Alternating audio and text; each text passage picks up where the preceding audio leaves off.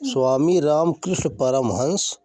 स्वामी रामकृष्ण परमहंस से एक बार उनके शिष्यों ने अपनी जिज्ञासा व्यक्त की। जब कभी भी अवतारी सत्ताएं आती हैं तो उनके शिष्यों में आध्यात्मिक विकास संबंधी एक रूपता क्यों नहीं होती। किसी का आध्यात्मिक विकास ज़्यादा होता है, किसी का कम। यदि अवतार चाहे तो क्या सबकी समान आत्मिक प्रगति नहीं करा सकते हैं? स्वामी रामकृष्ण परमहंस ने उत्तर दिया, संसार में कर्मफल विधान का नियम है। हर व्यक्ति अपने द्वारा किए कर्मों के अनुसार प्रगति करता है, माध्यम चाहे कोई भी बने। और अवतारों का कार्य बीज डाल जाना है, फिर वह चाहे जब भी फलित हो। छत पर बीज डला रह जाए तो घर ढह जाने पर भी उस बीज से पेड़ पैदा हो जाता है। कौन से बीज का पेड़ बनेगा, यह उस बीज की संकल्प शक्ति पर निर्भर है। ठीक वैसे ही अवतार सब पर अनुग्रह करते हैं, पर उसका फल वही पाते हैं जो उस हेतु स्वयं भी संघर्ष करते हैं।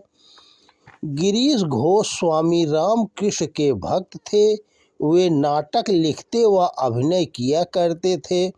एक दिन वे माँ शारदा से मिलने जयराम वाटी पहुँचे और उनके चरणों में बैठकर बोले, माँ, मैं अब तक नाटक और कविताएं लिखने तथा थिएटरों में अभिनय करने में समय गंवाता रहा हूँ। अब संन्यास लेकर भगवत भक्ति करना चाहता हूँ। माँ मुस्कुरा कर बोली, गिरीश, तुम्हारे नाटकों से असंख्य लोग प्रेरणा लेते हैं। तुम लोकोपकार के कार्य में लगे हुए हो। इससे बढ़कर भला कौन सा ईश्वर का भजन हो सकता है। मनुष्य के प्रत्येक सुकर्म के साथ ईश्वर का भजन स्वयमेव हो जाता है। यह सुनकर गिरीश घोष कृतकृत्य हो उठे। तो दोस्तों नमस्कार, वीडियो पसंद आए तो ज़्यादा से ज़्यादा शेयर करें। स्वामी रामकृष्ण परमहंस। स्वामी रामकृष्ण परमहंस से उनके एक शिष्य ने पूछा कि काम क्रोध पर विजय कैसी पाई जा सकती है। स्वामी रामकृष्ण परमहंस ने उत्तर दिया, ये काम क्रोध लोभ आदि एकदम से नहीं जाते, इसीलिए पहले उनका मुंह ईश्वर की ओर कर देना चाहिए। यदि कामना करनी हो तो ईश्वर की भक्ति की करनी चाहिए और ईश्वर ही को पाने के लिए लोभ करना चाहिए।